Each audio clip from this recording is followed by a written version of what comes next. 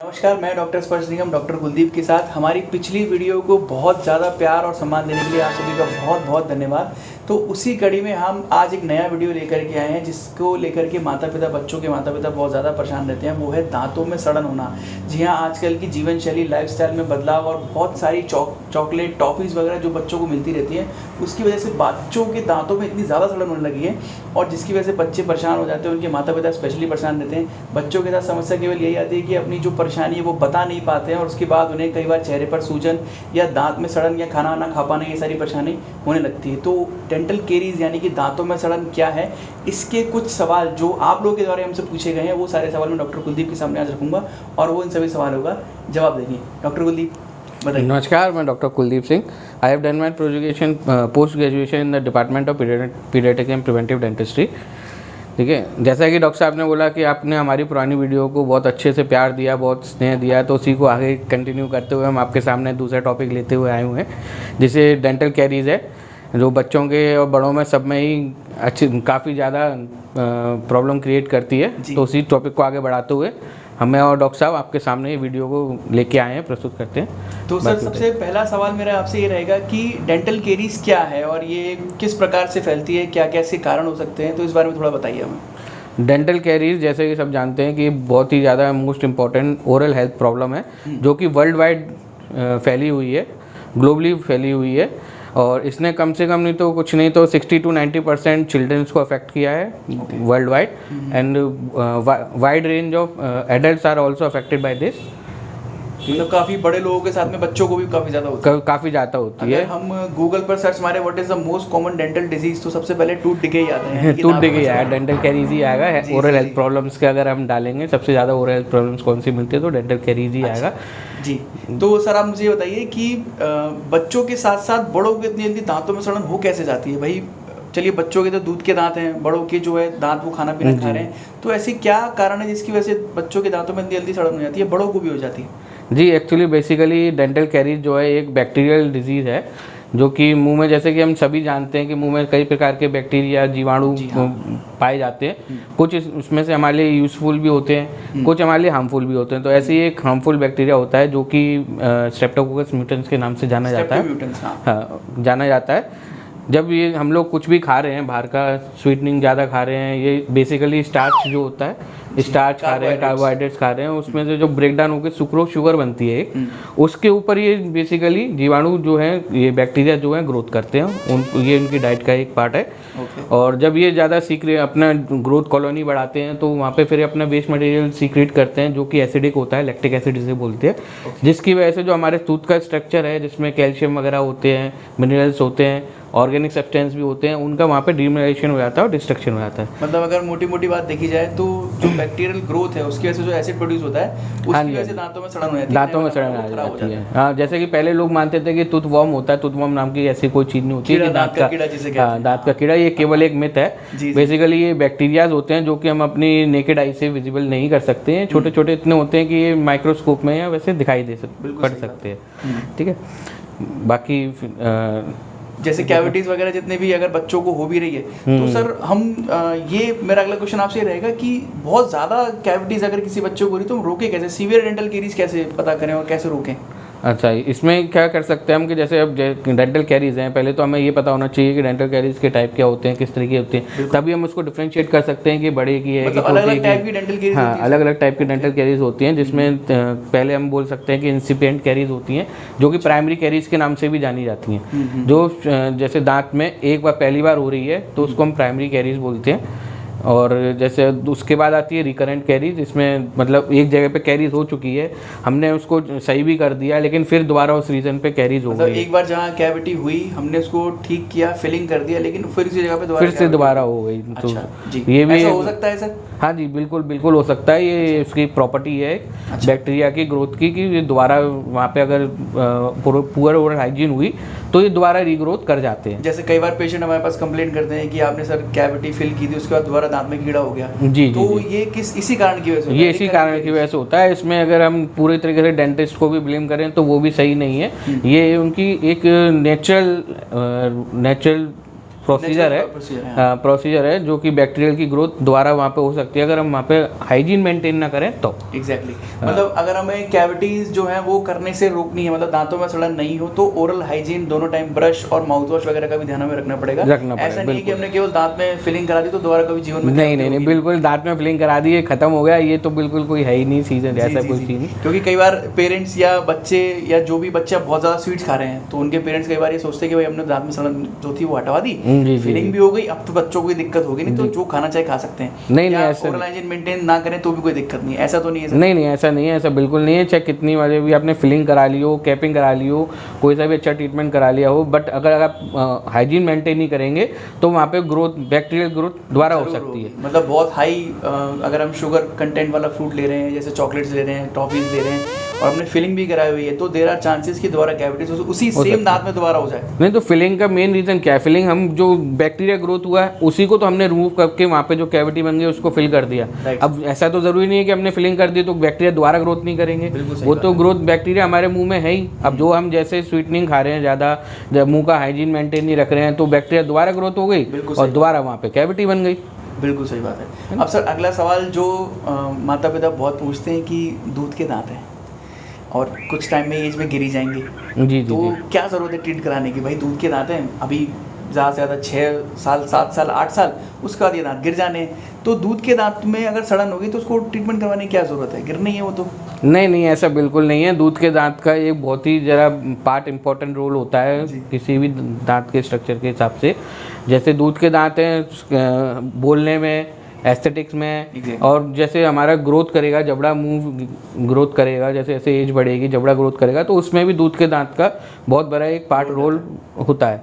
ठीक है, उसके अलावा जैसे जो दांत नीचे से परमानेंट दांत निकलने हैं उनके लिए जो प्रॉपर स्पेसिंग के लिए भी दूध के दांत का बहुत बड़ा महत्व रहता है। अगर एज से पहले या अर्ली लॉस हो जाता है तो और हम उसको ध्यान नहीं देते हैं तो वहाँ पे कई बार बड़ों जब होते हैं बच्चे तो वहाँ पे प्रॉपर स्पेस ना मिलने के लिए परमानेंट दूध को, तो वहाँ दूसरी बीमारियाँ, दूसरी परेशानियाँ शुरू हो जाती हैं, जैसे क्राउडिंग हुआ, ये दिक्कतें फालतू की जो माल अलाइनमेंट वगैरह है वो सब आपको याद होगा एक केस हमारे पास आया था जिसमें बच्चे के दूध के दांत जो सड़न होने की वजह से उसके जो पक्के दांत थे वो पीछे की तरफ आ रहे थे। हाँ जी आप काफी परेशान हो रहे थे इस चीज को लेकर के कि भाई इनके दूध के दांत है वो पीछे क्यों आ रहे हैं, जो सही जगह पर होने चाहिए वहाँ क्यों नहीं आ रहे हैं। जी हाँ जी, तो ये रिसेंटली आया था जो मैं नाम नहीं बताऊंगा बच्चे का, वो रिसेंट केस ही आए थे।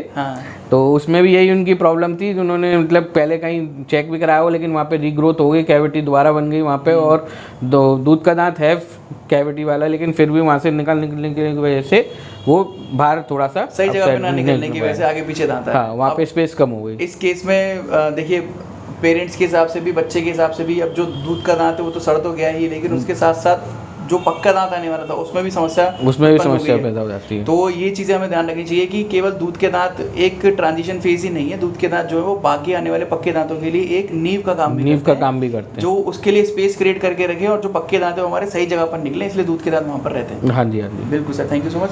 अच्छा किस तरह के ट्रीटमेंट ऑप्शन अवेलेबल हैं सर? अगर मान लीजिए हम किसी बच्चे के दांत में कैविटी है या किसी बड़े के भी दांत में कैविटी है, तो हम कैविटी को किस किस लेवल पे कैसे कैसे ट्रीट कर सकते हैं, क्या क्या ऑप्शन होते हैं सर? देखिए ये डिपेंड करता है कि किस टाइप की कैविटी है। अगर बच्चा है, बच्चे में अर्ली चाइल्डहुड कैरीज है जो कि मतलब केवल हम ध्यान नहीं दे पाते हैं, बच्चा दूध की बोतल लगा के सो गया। हाँ सर, ये चीज़ मैंने कई सारे पेरेंट्स को, आपने भी समझाया, हमने भी कई बार समझाया है कि बच्चों को रात को दूध की बोतल लगा करके सोने मत दें। यदि वो दूध की बोतल लगे रात को सो जाते हैं, रात भर दूध जो है दांतों में लगा रहता है और फिर वहाँ पे सड़न क्रिएट करता है। दूध के अंदर भी एक मिल्क शुगर होती है, इसको गैलेक्टोज या लैक्टोज कहा जाता है। वो मिल्क शुगर जो होती है वो भी दांतों में कैविटीज के लिए उतनी ही उत्तरदायी होती है, उतनी ज़्यादा इंपॉर्टेंट होती है जितने कि नॉर्मल कैविटीज शुगर वगैरह खा रहे होते हैं। हाँ जी, तो सबसे पहले अर्ली चाइल्डहुड जो केरीज है उसको रोकने के लिए बच्चों के दूध की बोतल जो है वो रात को लगा के, हाँ दूध की बोतल हुई, पेसिफायर्स हुए, आजकल स्वीटनर्स मार्केट में इतने आ गए हैं पेसिफायर्स। हाँ। बच्चे रो रहे हैं थोड़ा सा तो मम्मियाँ करती लगा देती हैं उनका, फिर अपनी टेंशन फ्री हो गए। बिल्कुल। ये भी एक रीज़न है कि अगर उसमें से स्वीटनर जितनी देर मुंह में रह रहा है तो वो वहाँ पे कैविटी कॉज करता है। एक तरीका ये भी हुआ। बच्चे तो पेरेंट्स हैं, पेरेंट्स की लाइफस्टाइल क्या है वो भी थोड़ा डिपेंड करती है कि वो बच्चों पे किस प्रकार से ध्यान दे रहे हैं। और नॉर्मल बड़ा बच्चा भी है, कोई मेंटली रिटार्डेड बच्चा है या स्पेशल चाइल्ड है, तो वो भी उनका इतना कोऑर्डिनेशन नहीं हो पाता है कि अपनी ओरल हाइजीन खुद से मेंटेन करें। तो उसमें थोड़ा सा पेरेंट्स को भी ध्यान देना पड़ता है कि बच्चे की ओरल हाइजीन कैसे मेंटेन करी जाए। बाकी सर एक चीज़ और मैं ऐड करना चाहूँगा, जैसे आपने बहुत सारे बच्चों को प्रिस्क्राइब किया है, शुगर और सल्फेट फ्री टूथपेस्ट भी आते हैं। हाँ जी बिल्कुल। मार्केट में आजकल शुगर फ्री टूथपेस्ट भी अवेलेबल हैं, काफ़ी सारे डीमिनरलाइजिंग एजेंट भी अवेलेबल हैं, जिससे कि टूथ डिके होना शुरू हुआ है वो वहीं पर दोबारा से बनना शुरू हो जाए। तो ऐसे भी मतलब ऐसे एजेंट्स भी हैं, मतलब कि जैसे पिट एंड फिशर सीलेंट है या जो टूथ के ऊपर एप्लीकेट करने वाले बाकी सारे जो सॉल्यूशंस आते हैं, हाँ जी उससे भी जो अगर कैविटी स्टार्टिंग की स्टेज में है तो रीमिनरलाइज हो सकती है अगर हम शुरू में दिखा दिया जाए उसे तो। हाँ जी। या जैसे हम लोग इन्वेस्टिगेट कैसे करते हैं कि कैविटी हुई। इन्वेस्टिगेशन का एक प्रॉपर तरीका होता है कि जैसे अगर हमें शुरू में ही दिखने लगा कि वाइट स्पॉट्स हो रहे हैं बच्चे के दांत में, तो इसका मतलब वहाँ पे डीमिनरलाइजेशन शुरू हो गया है। ओके है ना, वही स्पॉट्स से हम पहचान सकते हैं डीमिनरलाइजेशन होने लगा है। हाँ जी। तो वो वाइट स्पॉट अगर हम ध्यान नहीं दे पाते हैं या वहाँ पे ऐसे डीमिनरलाइजेशन यूज़ करके वो वहाँ पे कैविट नहीं बन पाते, तो वही जो है ब्लैक स्पॉट्स में कन्वर्ट हो जाती है। जैसे जैसे बैक्टीरियल ग्रोथ बढ़ती जाती है वैसे वैसे वो ब्लैक स्पॉट्स में कन्वर्ट होते जाते हैं। व्हाइट स्पॉट पहले होगा, उसके बाद फिर ब्लैक स्पॉट हो जाएगा। मतलब व्हाइट स्पॉट जो है वो स्टार्टिंग है डीमिनरलाइजेशन की, और उसके बाद वो जो व्हाइट स्पॉट है वही ब्लैक स्पॉट में कन्वर्ट हो जाएगा और उससे पता चल जाएगा कि वहाँ कैविटी स्टार्ट हो चुकी है। हाँ जी। वहाँ पे बैक्टीरियल ग्रोथ बढ़ती जा रही है। वही जो बैक्टीरियल ग्रोथ और बढ़ती हैं वो अपने वेट में से लिए प्रोडक्ट जो है उनका वो बनाती हैं और उसके बाद वो वहाँ पे कैविटी में तो सर जब व्हाइट स्पॉट चालू हो गए हैं उस टाइम पे अगर हम कोई रीमिनरलाइजिंग टूथपेस्ट या कोई रीमिनरलाइजिंग सॉल्यूशन पेशेंट के लिए दे दें तो वो कैविटीज को वहाँ अरेस्ट कर सकते हैं, रोक सकते हैं। हाँ जी। अगर रीमिनरलाइजेशन मिल जाता है तो वहाँ पे रुक सकता है, बट अगर वो कन्वर्ट हो गया ब्लैक स्पॉट में तो फिर वहाँ पे रीमिनरलाइजेशन नहीं हो सकता। वहाँ पे तो फिर आपको फिलिंग्स वगैरह पड़ेगा। मतलब मान लीजिए आप ब्लैक कलर का लीजन में प्रॉपर दिख रहा है, काले रंग का एक कैविटी बन गई है वहाँ पर, तो फिर उस केस में क्या करना चाहिए? उस केस में जैसे अगर हम देखें कि हमारा कहाँ तक वो जो ब्लैक स्पॉट है वो एक्सटेंड हो रहा है, ये फिर जो प्रोटोकॉल है वो ट्रीटमेंट प्रोटोकॉल है वो चेंज हो जाता है। वो चेंज डिपेंड करता है कि कहाँ तक एक्सटेंड हो रहा है।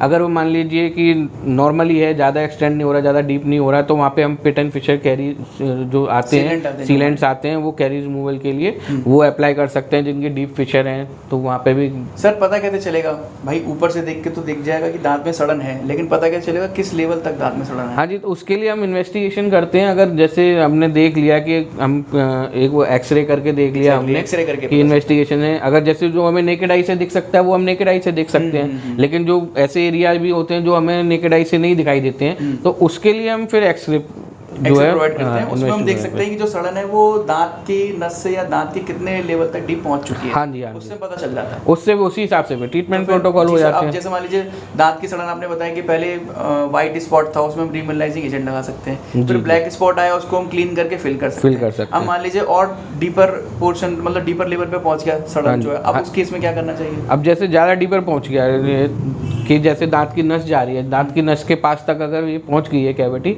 तो उसमें दोनों चीज़ों के लिए अलग अलग प्रोटोकॉल होते हैं। अब जैसे रिवर्सिबल है कि दोबारा सही हो सकती है, तो हम बच्चों में उसके लिए पल्पाटोमी करते हैं और बड़ों में उसमें आईपीसी इंडायरेक्ट पल्प कैपिंग जिसे कहते हैं, और वहाँ पे करके उसको मतलब वहाँ पे रोक सकते हैं। वाला पार्ट है अगर ज्यादा डीप नहीं है तो केवल वहाँ से सड़न हटाई आईपीसी मतलब इंडायरेक्ट पल्प कैपिंग और पल्पेक्टमी पल्पोटमी बच्चों में कर सकते हैं। लेकिन अगर डीप कैरीज है कि भाई वो रिवर्स नहीं हो सकती है और उससे नस पूरी तरीके से खराब हो गई है, नीचे एब्सिस वगैरह बन गई है, तो फिर वहाँ पे जो है बच्चों में हम पल्पेक्टोमी करते हैं, मतलब कंप्लीट रिमूवल ऑफ पल्प, जो नर्व है उसको हम पूरी कर देते हैं, उसको बीएमपी करके और पल्पेक्टोमी बोलते हैं बच्चों में, और बड़ों में उसको ये हम रूट कैनाल ट्रीटमेंट बोलते हैं। बस मटेरियल का डिफरेंस आता है, प्रोसीजर पूरा सेम है, बच्चों में हो चाहे वो बड़ों में हो। जी हाँ जी। ये मैं बाकी सारे दर्शकों की जानकारी के लिए बता दूं कि जो बच्चों की दांत में हम रूट कैनाल करते हैं उसको पल्पेक्टोमी कहते हैं। हाँ जी, पल्पेक्टोमी। सारे मटेरियल ऐसे डाले जाते हैं जो कि जैसे जैसे दांत रिजॉर्व होना शुरू होगा, हमें पता है दूध का दांत है वो कुछ समय बाद गिरना ही है। हाँ जी। तो ऐसे मटेरियल उसमें डालते हैं कि जो धीरे धीरे दांत के साथ रिजॉर्व हो जाए और धीरे धीरे दांत जो अपने आप बिना किसी इन्फेक्शन किए, कोई प्रॉब्लम किए, आराम से निकल जाए। हाँ जी, वो साथ साथ जैसे जैसे दूध का दांत रिजॉल्व हो रहा है वैसे वैसे वो मटेरियल भी रिजॉल्व होता जाएगा, जिससे कि जो नीचे से परमानेंट टूथ आ रहा है उस पर उसका कोई इफेक्ट नहीं पड़ेगा। जी सर। और जो हम एडल्ट केस में मतलब जैसे मान लीजिए बच्चों का दांत है वो यंग परमानेंट टूथ है, तो उस केस में हम जो रूट कैनाल करते हैं वो बिल्कुल सेम वैसी होती है जैसे एडल्ट केसेस में की जाती है। मतलब उसमें सारी चीजें होंगी परमानेंट डाली जाएंगी ताकि लाइफ लॉन्ग वो दांत के साथ साथ फिलिंग भी आपके दांत के अंदर, मुंह के अंदर बनी रहे और उससे आप खाना पीना खा सकें। हाँ जी। जी जी, बहुत बहुत धन्यवाद डॉक्टर कुलदीप, आपने इतनी सारी जानकारी हमें दी दांतों में सड़न के बारे में। और मैं अपने सभी दर्शकों से ये आग्रह जरूर करना चाहूँगा कि अगर आपके मन में कोई सवाल है इस टॉपिक को लेकर के डेंटल कैरीज बच्चों में, तो हमें कमेंट सेक्शन में ज़रूर लिखें। अगर आपको वीडियो पसंद आया हो तो लाइक कीजिए, शेयर कीजिए इस वीडियो को और हमारे चैनल को सब्सक्राइब जरूर कीजिए। मैं और डॉक्टर कुलदीप आपसे अगली वीडियो में बहुत जल्दी मिलेंगे। बहुत बहुत धन्यवाद। नमस्कार।